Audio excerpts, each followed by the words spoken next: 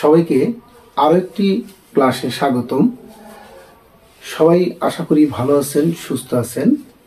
আমরা আজকের ক্লাসটাতে কিছু বেসিক এবং গুরুত্বপূর্ণ কিছু বিষয় আমরা কি করব, শিখব। আমরা যে কোনো ক্লাসের হই না কেন, আমরা সপ্তম থেকে দশম শ্রেণী পর্যন্ত যেসব শিক্ষার্থী শিখতে আগ্রহী তাদের জন্য এই ক্লাসটা অত্যন্ত জরুরি। কারণ আমরা সপ্তম শ্রেণীর 1.1 যে অধ্যায়টা আমরা কি করব, আজকে আলোচনা করব।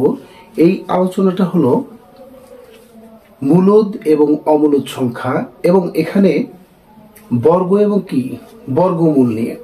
আমরা অধিকাংশই বর্গমূল চিনি, কিন্তু বর্গমূল ভাগ আকারে ভাগ করতে পারি না। বর্গ চিনি, কিন্তু বর্গটা কিভাবে দেখাইতে হয় সেই বিষয়টা আসলে আমাদের ওইভাবে জানা নাই। আমরা এই বেসিক কিছু বিষয় নিয়ে আলোচনা করব। সবাই আশা করি এই বেসিক ক্লাসটাকে একটু উপভোগ করবে এবং এইটা আমার সাথে থেকে সবাই একটু জানার চেষ্টা করবে। তাহলে আমরা একটু শুরু করি। আমি প্রথমেই 7.সপ্তম অধ্যায়ের সপ্তম শ্রেণীর 1.1 আমি মূলদ এবং অমূলদ একটু চেনাবো। আমরা সংখ্যা চিনি, সংখ্যা প্রত্যেকেই চিনি।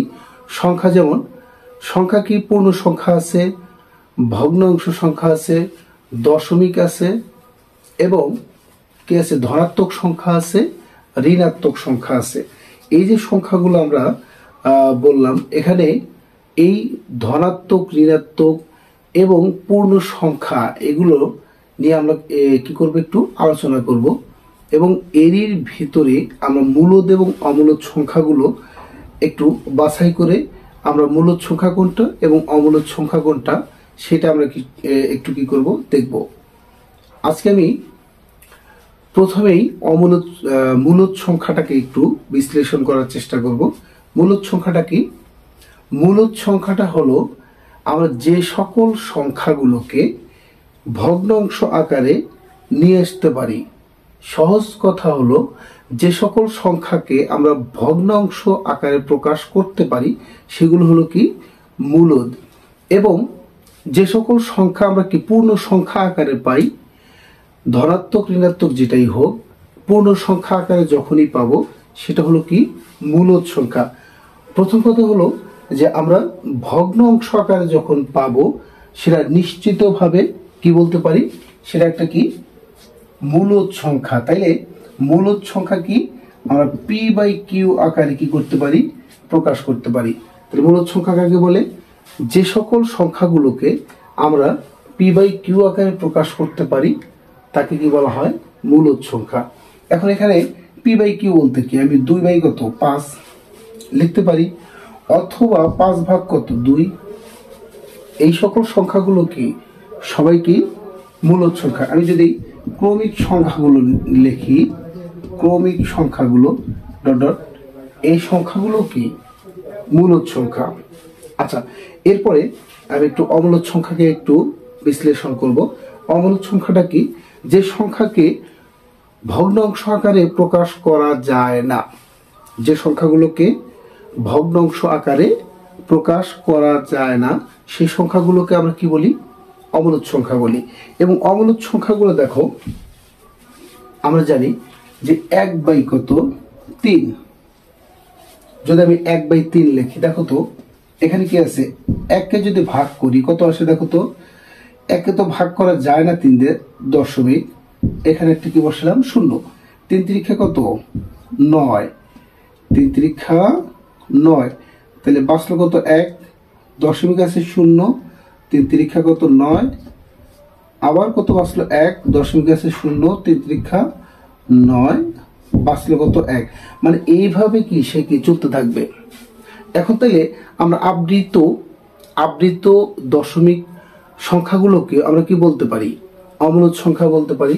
এবং নির্দিষ্ট কিছু কিছু অমূলদ সংখ্যা আছে, যেমন √2, √3, √5, √ কত 6 রুট 7 রুট কত 10 রুট 11 রুট 13 রুট কত 15। মানে এই যে সংখ্যাগুলো আছে এই সংখ্যাগুলো নির্দিষ্ট কোনো মান পাওয়া যাবে না।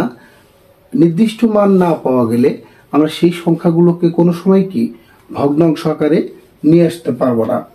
এখন আমি বলছিলাম কি বর্গ এবং কি বর্গমূল। বর্গটা কি? বর্গটা হলো বর্গটা কি যে কোনো সংখ্যাকে সেই সংখ্যা দ্বারা গুণ করলে, কোনো সংখ্যাকে সেই সংখ্যা দ্বারা গুণ করলে যে গুণফল পাওয়া যায় তা ওই সংখ্যার কি বর্গ। কোনো সংখ্যাকে সেই সংখ্যা দ্বারা গুণ করলে যে গুণফলটা পাওয়া যায় তা ওই সংখ্যার বর্গ। আমি আবারও বলি যে কোনো সংখ্যাকে ওই সংখ্যা দ্বারা গুণ করলে যে সংখ্যা পাওয়া যায় তাকে ওই সংখ্যার কি বলা হয়? বর্গ বলা হয়। এবং সংখ্যাটি গুণফল কি বর্গমূল। এখন আমি একটা বর্গ আঁকাবো, এটা একটা বর্গ।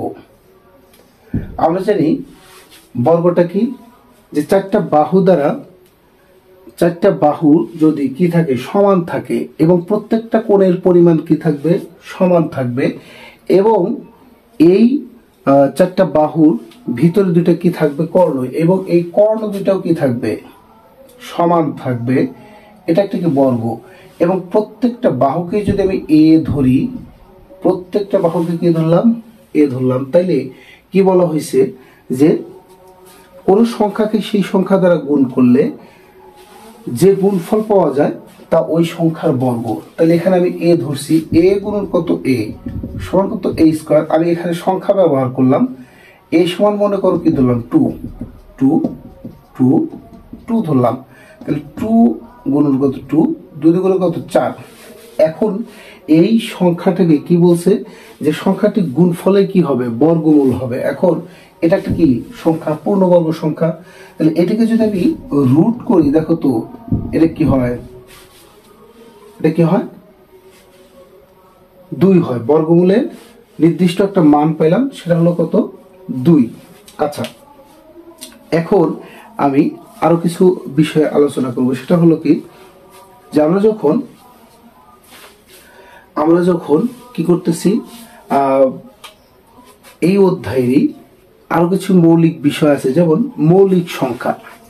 কি আছে? মৌলিক সংখ্যা। মৌলিক সংখ্যা কাকে বলে আমরা জানি? মৌলিক সংখ্যাটা হলো যে তাকে কোনোদিনও ভাঙা যাবে না, তাকে কোনোদিনও ভাঙা যাবে না। ওই সংখ্যা ব্যতীত অন্য কোনো সংখ্যা দ্বারা তাকে কি করা যাবে না, ভাঙা যাবে না। তাইলে ওই সংখ্যা ব্যতীত যদি অন্য কোনো সংখ্যা দ্বারা ভাঙা না যায় তাহলে ওই সংখ্যাটাকে আমরা কি বলতে পারি? মৌলিক সংখ্যা বলতে পারি। এখন এখানে মৌলিক সংখ্যার গুণনীয়কের সাহায্যে আমরা কি করব? বর্গমূল করব। এখন দেখো তো যদি 16 নেই, 16কে ভাঙো তো 2 গুণন 2 গুণন 2 গুণন কত 2। যখন আমরা মৌলিক গুণনীয়কের সাহায্যে বর্গমূল নির্ণয় করব, কিসের সাহায্যে? মৌলিক গুণনীয়কের সাহায্যে বর্গমূল। তখন কি করব? এই যে আমরা গুণফলগুলো নিচ্ছি দেখো 2 2 2 2, আমরা এগুলোকে কি করব? একই সংখ্যার জোড়া তৈরি করব। যেমন 2 এখানে দুইটা কি জোড়া। এখন এইটার গুণফল দেখো তো এই প্রত্যেকটা জোড়া থেকে কি করব? আমরা একটা একটা করে কি করব? সংখ্যা নেব। 2 গুণন 2 সমান কত 4।